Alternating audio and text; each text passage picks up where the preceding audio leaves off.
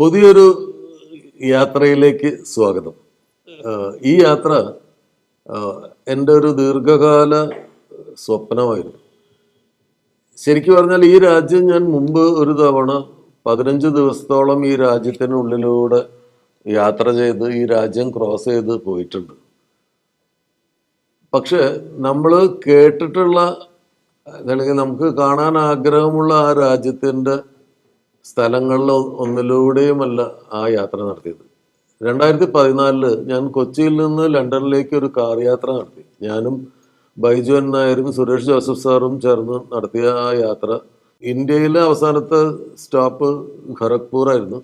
ഖരഗ്പൂരിൽ നിന്ന് നേപ്പാൾ പോയി കാഠ്മണ്ഡുവിൽ താമസിച്ചു. കാഠ്മണ്ഡുവിൽ നിന്ന് ചൈനയിലേക്ക് കയറുന്നത് നേപ്പാൾ ചൈന ഫ്രണ്ട്ഷിപ്പ് ബ്രിഡ്ജ് കടന്ന് ടിബറ്റൻ അതിർത്തിയായ ഴാങ്മു എന്ന് പറയുന്ന ടൗണിലേക്കാണ് ഞങ്ങൾ ചെന്ന് കയറിയത്. ചൈനയിൽ അന്ന് ഈ വാഹനത്തിൽ പോകുന്നതിന് ഒരുപാട് റെസ്ട്രിക്ഷൻ ഉണ്ട്. ചൈനയിൽ നിന്നുള്ള ഒരു ചൈനക്കാരിയായ ചൈനീസ് ഭാഷ അറിയുന്ന ഒരു ഗൈഡ് നമ്മളോടൊപ്പം വണ്ടിയിൽ കയറും. പിന്നെ ഈ വണ്ടിയെ അവർ സ്ട്രിപ്പ് ചെയ്യും. അവരുടെ ഏറ്റവും അത്യാധുനിക എക്സ്റേ ഉപകരണങ്ങൾ കൊണ്ട് ഈ വണ്ടീനെ മുഴുവൻ പരിശോധിക്കും.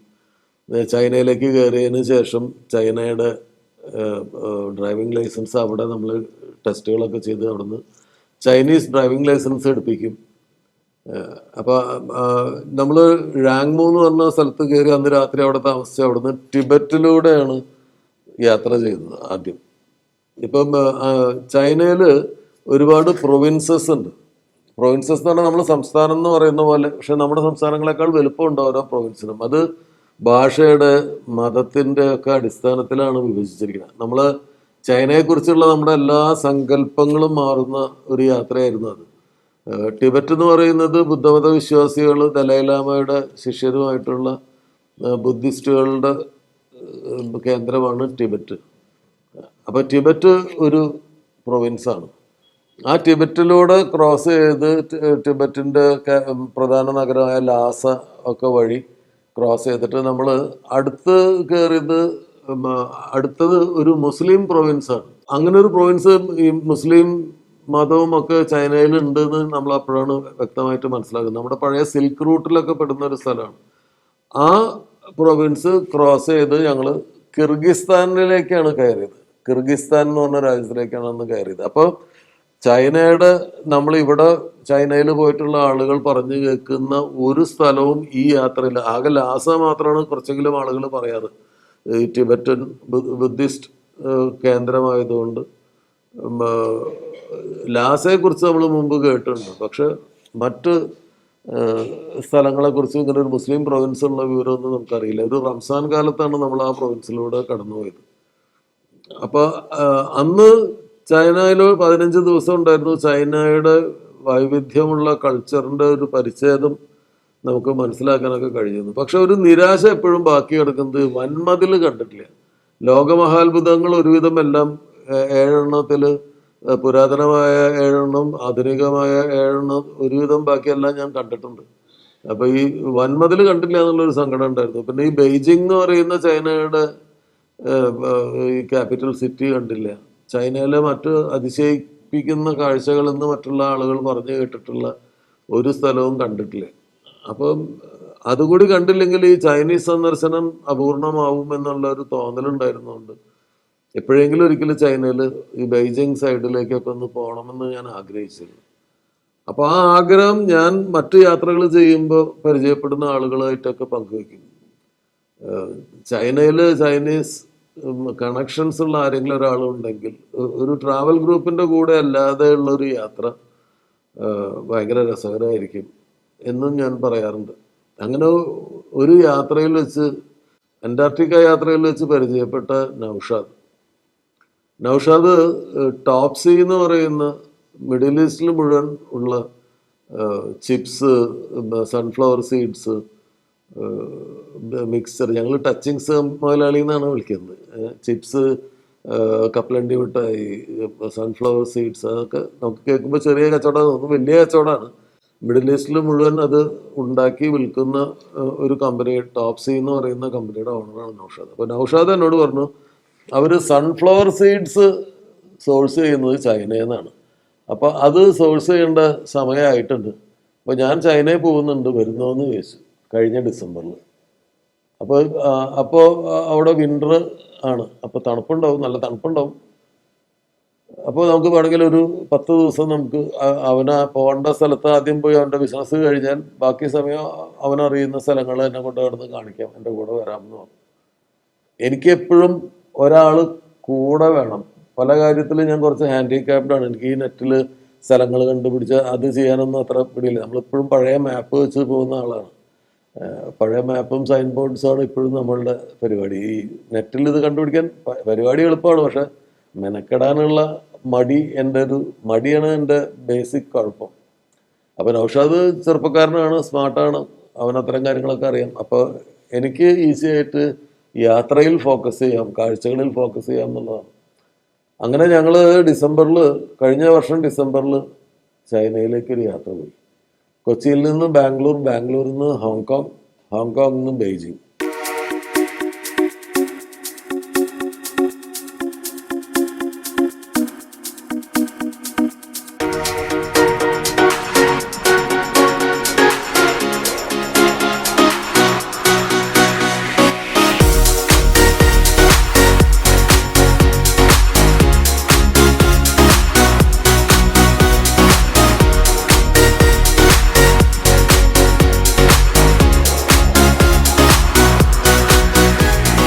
ബെയ്ജിങ്ങിലെ എയർപോർട്ടാണ്.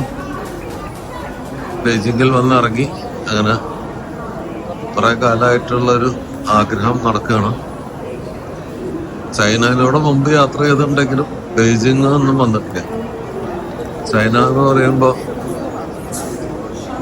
നമ്മൾ പറയുന്ന സ്ഥലം ബെയ്ജിങ് ആണ്. ബെയ്ജിങ്ങിൽ വരാതിരിക്കുമ്പോൾ ചൈനയിൽ വന്നതായിട്ട് തോന്നില്ല.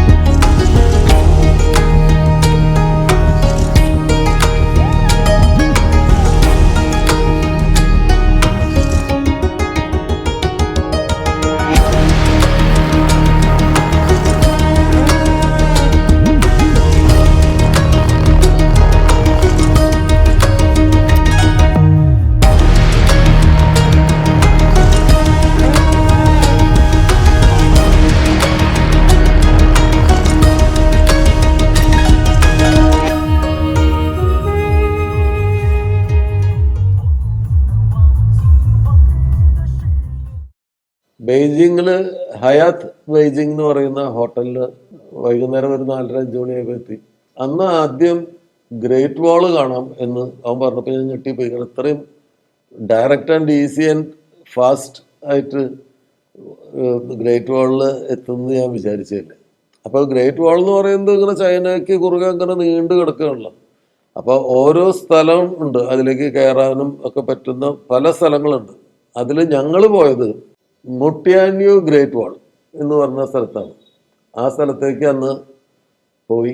നമ്മൾ ഇവിടുന്ന് ഹോട്ടലിൽ നിന്ന് ഒരു കാറ് ഇത് ബുക്ക് ചെയ്തു. അതായത് ഈ ഗ്രേറ്റ് വാളും കാണാം, അത് കഴിഞ്ഞ് തിരിച്ചു വരുമ്പോൾ സമ്മർ പാലസും കാണാം അന്നത്തെ ദിവസം.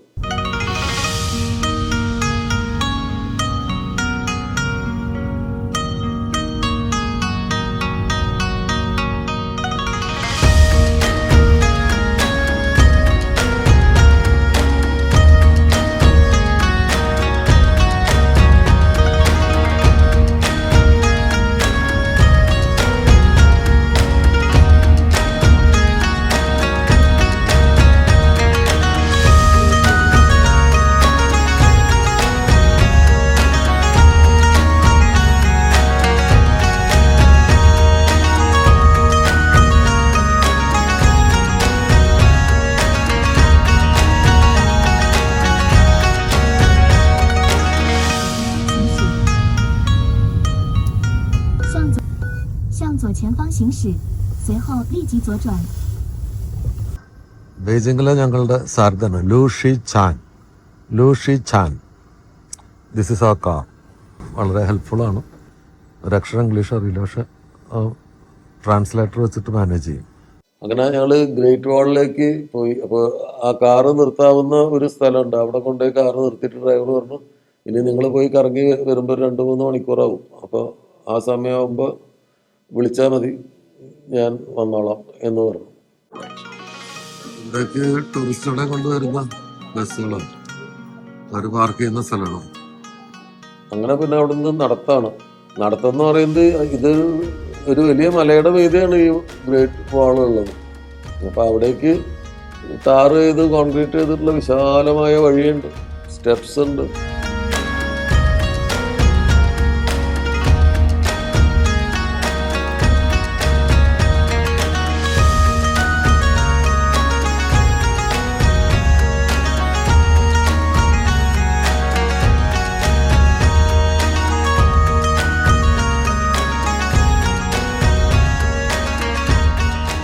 ആ വഴിയിലൂടെ നടന്ന് പിന്നെ ഇതിൻ്റെ ഒരു ഗേറ്റ് വേ ഉണ്ട്. അവിടുന്ന് ടിക്കറ്റ് കൗണ്ടറിൽ പോയിട്ട് ടിക്കറ്റ് എടുക്കണം. ടിക്കറ്റ് എടുത്ത് അകത്ത് കയറി പിന്നെ സ്റ്റെപ്പുകൾ ഇങ്ങനെ മുകളിലേക്ക് കയറണം.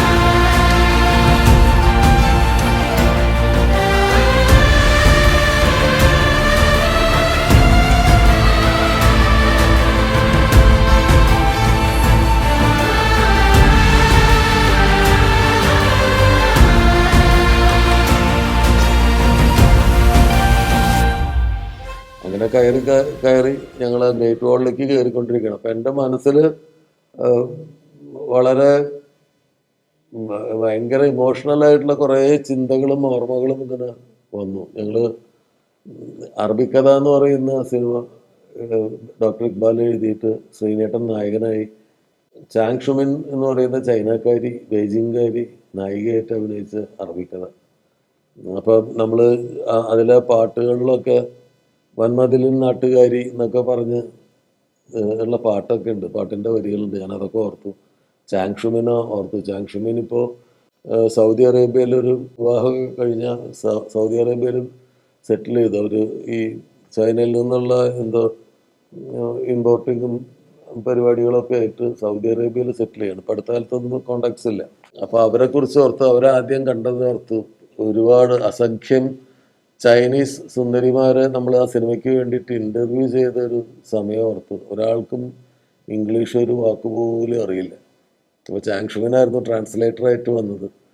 അങ്ങനെ ഞാൻ ഇംഗ്ലീഷിൽ പറയും, ചാങ് ഷുമിൻ അത് അവർക്ക് ചൈനീസിൽ പറഞ്ഞു കൊടുക്കും. എന്നിട്ട് അവർ അഭിനയിക്കും. പകുതി അവർക്ക് മനസ്സിലാവില്ല, ക്ലിയർ ആവില്ല. അപ്പോൾ ചാങ് ഷുമിൻ തന്നെ കയറി അഭിനയിച്ച് കാണിച്ചു കൊടുക്കും. അങ്ങനെ ഇത് കുറേ ദിവസം നടന്നപ്പോൾ ഞാൻ അവസാനം ചാങ് ഷുമിനോട് ചോദിച്ചു, നിനക്ക് അഭിനയിക്കാൻ പറ്റും? കാരണം ഇപ്പം എൻ്റെ നായിക അതിസുന്ദരി ആവണമെന്നൊന്നും നിർബന്ധമില്ല. ഒരു ചൈനക്കാരി പെൺകുട്ടിയാണ്. ക്യൂബ മുകുന്ദൻ അവളോടൊരു അനുരാഗം തോന്നണം. അവളോട് തോന്നുന്നത് അനുരാഗം അവളോടല്ല, ആ വ്യക്തിയോടല്ല, ചൈന എന്ന് പറഞ്ഞ രാജ്യത്തോടുള്ള അനുരാഗമാണ് എന്നൊക്കെയാണ്. അപ്പോൾ അങ്ങനെ ചാങ് ഷുമിനോട് ചോദിച്ചു. ചാങ് ഷുമിൻ ഓക്കെ പറഞ്ഞു. അങ്ങനെ ചാങ് ഷുമിൻ എൻ്റെ സിനിമയിലെ നായികയായി. അപ്പോൾ ചൈനയായിട്ടുള്ള എൻ്റെ ഒരു പൊക്കിൾക്കൊടി ബന്ധം ചാങ് ഷുമിനാണ്. പിന്നെ 2014 ഇൻചു എന്ന് പറയുന്ന ഒരു പെൺകുട്ടിയായിരുന്നു ഞങ്ങളുടെ ഗൈഡ്. 15 ദിവസം ഞങ്ങളുടെ കാറിൽ ചൈന ക്രോസ് ചെയ്യാൻ ഞങ്ങളോട്, അവളും ബെയ്ജിങ്കാരിയാണ്, പക്ഷെ ഞങ്ങൾക്ക് വേണ്ടിയിട്ട് അവിടെ വന്നതാണ്, അവരുടെ കമ്പനി നിയോഗിച്ചതനുസരിച്ച് വന്നതാണ്. അപ്പോൾ ചാങ്ഷുമിൻ ആൻഡ് ഇൻചു, 2 ചൈനീസ് പെൺകുടികളുമായിട്ട് എനിക്കൊരു ബന്ധമുണ്ട്. അതാണ് എന്നെ ചൈനയുമായി കണക്ട് ചെയ്യുന്ന ബന്ധം. ഇൻചുവിനെ പരിചയപ്പെട്ടിട്ട് ഭയങ്കര തമാശയാണ്, കാരണം അവർക്ക് നമ്മൾ ആരാണെന്നൊന്നും അറിയില്ല. അപ്പം ഇൻചു ഞങ്ങളുടെ കാറിൽ, ലണ്ടനിലേക്ക് പോകുന്ന ആ കാറിൽ കയറിയപ്പോൾ ഓരോരുത്തർ വൈകുന്നേരങ്ങളിൽ അല്ലെങ്കിൽ ഭക്ഷണം കഴിക്കാനൊക്കെ പോകുന്ന സമയത്ത് ഓരോരുത്തർ എന്താ പ്രൊഫഷൻ എന്നൊക്കെ ചോദിക്കും. അപ്പോൾ ഞാൻ ബിസിനസ്സാണെന്ന് പറഞ്ഞു. കാരണം ഇപ്പം ഞാനിപ്പോൾ കേരളത്തിലൊരു മലയാള പോലൊരു കൊച്ചു സ്ഥലത്ത് ഒരു സംവിധായകനാണെന്ന് ചൈനക്കാരിയോട് പറഞ്ഞിട്ട് പ്രത്യേകിച്ച് എന്താ, അവർക്കൊന്നും മനസ്സിലാവുന്ന ഒരു ഭാഷയല്ല, അറിയാത്തൊരു ഭാഷ, അറിയാത്തൊരു സ്ഥലം, കേരളം എവിടെയാണെന്ന് പോലും അറിയില്ല. അപ്പോൾ ഞാൻ ബിസിനസ് പറഞ്ഞു. അപ്പോൾ ബൈജു നായർ പറഞ്ഞാലല്ല എന്നാണോ പറയാണ്, അയാൾ ഞങ്ങളുടെ നാട്ടിൽ അറിയപ്പെടുന്ന ഒരു സംവിധായകനാണ്, കുറേ സിനിമകൾ ചെയ്തിട്ടുണ്ടെന്ന് ചോദിച്ചു. അപ്പോൾ ഇഞ്ചു ചോദിച്ചു, ഏതാ നിങ്ങൾ ചെയ്ത സിനിമകളുടെ പേരെന്താന്ന് ചോദിച്ചു. ഞാനിപ്പോൾ മീശമാധവൻ എന്നൊക്കെ പറഞ്ഞാൽ അവർക്ക് മനസ്സിലാവില്ലല്ലോ. അപ്പോൾ അവൾക്ക് മനസ്സിലാവാൻ സാധ്യതയുള്ളൊരു പേര് ഡയമണ്ട് നെക്ലസ് ആണ്, ഇംഗ്ലീഷ് പേര് ഏതുണ്ട്, അവർ ഡയമണ്ട് നെക്ലസ് എന്ന് പറഞ്ഞ സിനിമ ചെയ്തിട്ടുണ്ടെന്ന്. അത് കഴിഞ്ഞ് പിറ്റേ ദിവസം രാവിലെ ഞങ്ങൾ യാത്ര പുറപ്പെടാൻ വേണ്ടിയിട്ട് കാറിൽ കയറാൻ നേരത്ത് ഇഞ്ചു വന്നിട്ട് എന്നെ ഹഗ് ചെയ്തു. You are A great artist, you are A great artist. അപ്പോൾ ഞാൻ പറഞ്ഞു, how do you know, how can you say that? അപ്പോൾ അവർ പറഞ്ഞു, ഞാൻ ഇന്നലെ രാത്രി ഡയമണ്ട് നെക്ലസ് സിനിമ കണ്ടു. അപ്പോൾ ഞാൻ ഞെട്ടിപ്പോയി. ചൈനയിൽ യൂട്യൂബില്ല, യൂട്യൂബ് എന്ന് പറഞ്ഞ സംഗതിയേ ഇല്ല അവിടെ. നമ്മുടെ ഫേസ്ബുക്ക്, യൂട്യൂബ്, ഗൂഗിള് ഒന്നുമില്ല. അവിടെയുള്ളത് യൂട്യൂബ് എന്ന് പറഞ്ഞിട്ട് ചൈനക്കാരുടെ ഒരു ഇതാണ്. ഈ നമ്മുടെ യൂട്യൂബ് പോലെ തന്നെയുള്ള യൂട്യൂബിൻ്റെ ഡ്യൂപ്ലിക്കേറ്റ് അവിടെ ഉള്ളത് യൂട്യൂബ് എന്ന് പറഞ്ഞിട്ട്. ഈ യൂട്യൂബിൽ ഇപ്പം ചൈനയിലെ ചെറുപ്പക്കാരെല്ലാവരും ഇംഗ്ലീഷ് പഠിക്കുന്നുണ്ട്. കാരണം വിദേശ രാജ്യങ്ങളുമായിട്ട് ബിസിനസ് ചെയ്യാനും കച്ചവടത്തിനും ഒക്കെ ഒരു എളുപ്പം പഠിക്കാവുന്ന ഒരു ഭാഷ എന്നുള്ള നിലയിൽ അവർ ഇംഗ്ലീഷിനെ സെലക്ട് ചെയ്തിട്ടുള്ളത്. അപ്പോൾ ചെറുപ്പക്കാർ നിറയെ പേര് ഇംഗ്ലീഷ് പഠിക്കുന്നുണ്ട്. കാരണം എങ്ങനെ ഇവിടുന്ന് ചൈനയിൽ നിന്ന് പുറം രാജ്യങ്ങളിലേക്ക് പോകണമെങ്കിലും, പിന്നെ ചൈനയിൽ തന്നെ ട്രാൻസ്ലേറ്റർമാരായിട്ട് ഭയങ്കര ജോലി സാധ്യതയുണ്ട്. ചൈനയിലേക്ക് ബിസിനസ്സിന് വരുന്ന വിദേശികൾക്ക് ഇംഗ്ലീഷിൽ പറഞ്ഞു കൊടുക്കാനും ചൈനക്കാരുമായിട്ട് ട്രാൻസ്ലേറ്റ് ചെയ്യാനും ഒക്കെ ആളുകൾ ഒരുപാട് പേര് ഇംഗ്ലീഷ് പഠിക്കുന്നുണ്ട്. അപ്പോൾ പഠനത്തിൻ്റെ ഭാഗമായിട്ട് അവർ പഠനത്തിന് ഭാഷ പഠിക്കുന്നതിനുള്ളൊരു എളുപ്പമാർഗമായിട്ട് അവർ ചെയ്യുന്നത് എന്താണെന്ന് വെച്ച് കഴിഞ്ഞാൽ അന്യഭാഷ ഏതെങ്കിലും ഭാഷയിലുള്ള സിനിമകൾ എടുക്കും. അപ്പോൾ ആ സിനിമ ഏത് ഭാഷയാണെങ്കിലും ഇംഗ്ലീഷ് സബ് ടൈറ്റിൽ ഉണ്ടാവും. ഇവരെന്ത് ചെയ്യുന്നത് വെച്ചാൽ ഈ ഇംഗ്ലീഷ് സബ് ടൈറ്റിലുകൾ ചൈനീസിലേക്ക് ട്രാൻസ്ലേറ്റ് ചെയ്യും. അപ്പോൾ ഇംഗ്ലീഷ് വായിക്കണം, ഇംഗ്ലീഷിൻ്റെ അർത്ഥം മനസ്സിലാക്കണം, എന്നിട്ട് അവരത് ചൈനീസിലേക്ക് ട്രാൻസ്ലേറ്റ് ചെയ്യും. എന്നിട്ട് ഈ സിനിമകൾക്ക് ചൈനീസ് ട്രാൻസ്ലേഷൻ ആഡ് ചെയ്യും. എന്നിട്ട് അവരെ യൂട്യൂബിലിടും. അവർക്ക് 5 പൈസ നഷ്ടമില്ലല്ലോ. എനിക്ക് എൻ്റെ സിനിമയ്ക്ക് ഞാൻ പ്രൊഡ്യൂസ് ചെയ്ത സിനിമയാണ്. ഞാനും പ്രദീപ് എന്ന് പറഞ്ഞ ആളും LJ ഫിലിംസും ചേർന്ന് പ്രൊഡ്യൂസ് ചെയ്ത സിനിമ. ശരിക്ക് നമുക്ക് വലിയ പൈസ തരണം, പക്ഷെ ആരോട് ചോദിക്കാനാണ്? ചൈനയിൽ ആരോട് പോയിട്ട് എന്ത് ഭാഷയിൽ ചോദിക്കും? അപ്പോഴാണ് ഞാൻ പറയുന്നത്, യൂട്യൂബിൽ ഡയമണ്ട് നെക്ലസ് ഉണ്ട് വിത്ത് ചൈനീസ് സബ് ടൈറ്റിൽ. ആൻഡ് അത് ആ സമയത്ത് ഒരു 10-30 ലക്ഷം ആൾക്കാർ കണ്ടു കഴിഞ്ഞിട്ടുണ്ട് ചൈനയിൽ.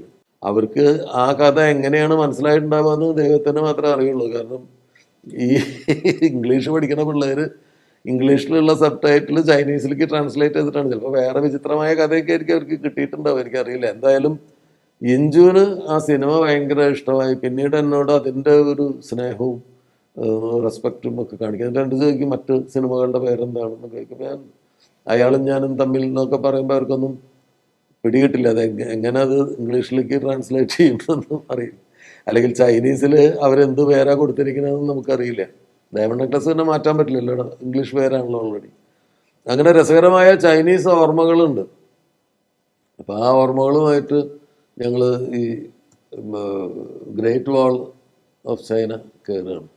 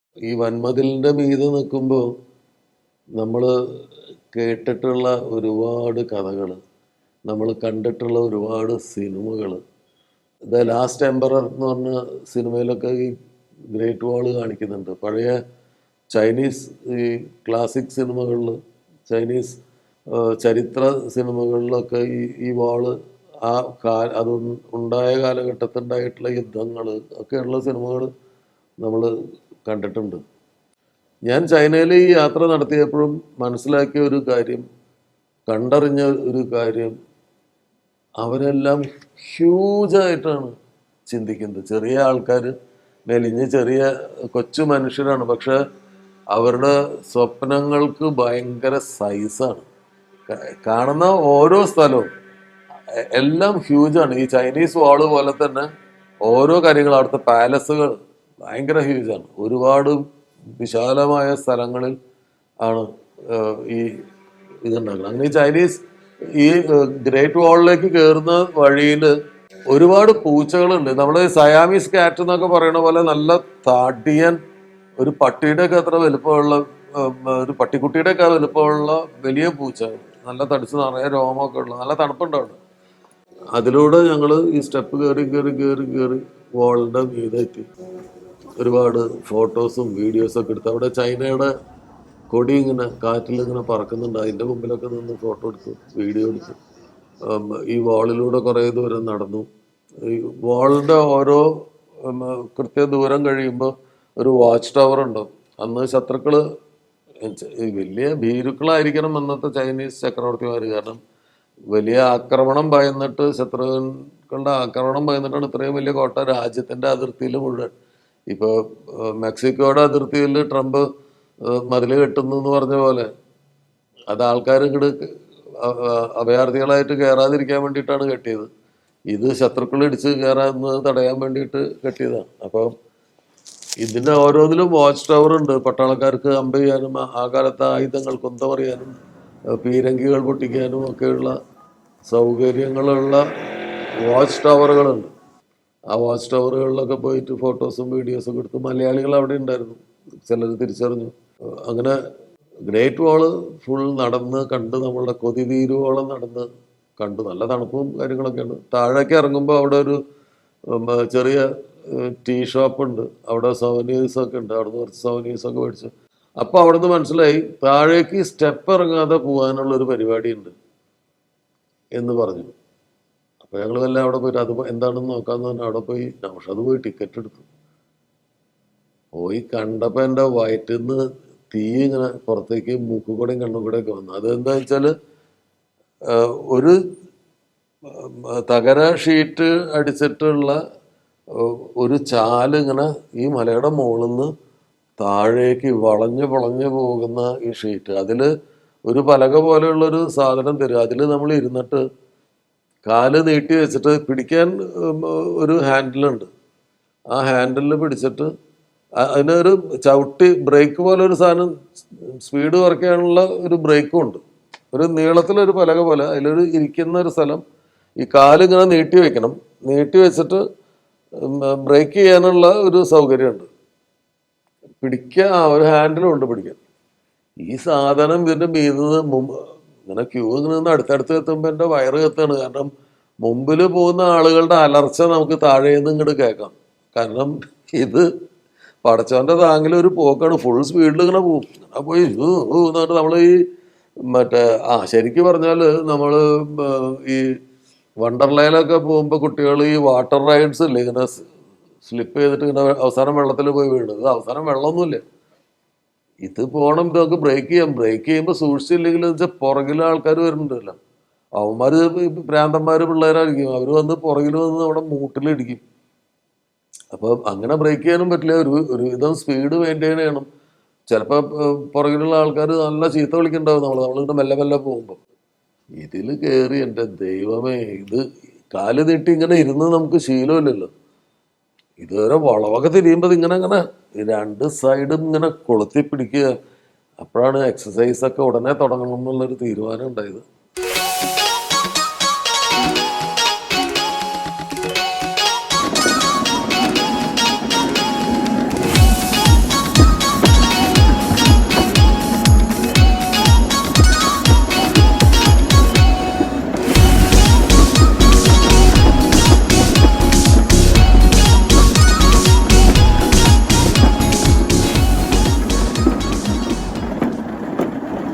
ഇത് കൂടെ കറങ്ങി കറങ്ങി കറങ്ങി കറങ്ങി ഒരു കണക്കിന് താഴെ എത്തിയപ്പോഴാണ് ഞാൻ ആദ്യമായിട്ട് സകല ദൈവങ്ങൾക്കും നന്ദി പറഞ്ഞു. കാരണം ഈ പോണ പോക്കിലെങ്ങാനും വല്ല അറ്റാക്ക് വന്ന് ചാവുമെന്ന് അറിയില്ല, അമ്മാതിരി പോക്കാണ് പോയത്.